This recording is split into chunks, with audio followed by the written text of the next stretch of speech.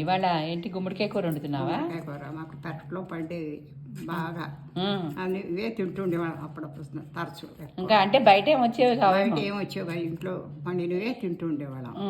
గుమ్మడికాయ కూర మంచిది, ఇంటికి కూడా మంచిది.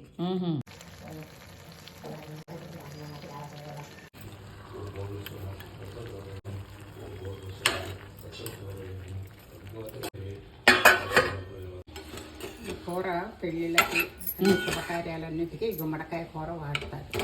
తప్పనిసరిగా ఉండాలన్నమాట. తప్పనిసరిగా ఉండాల్సిందే. మినపప్పు, జీలకర్ర, 2 ఆవ గింజలు, మిరపకాయ ముక్కలు ఇలా వేయించుకోవాలి. వేయించేసి కూర దాంట్లో వేసి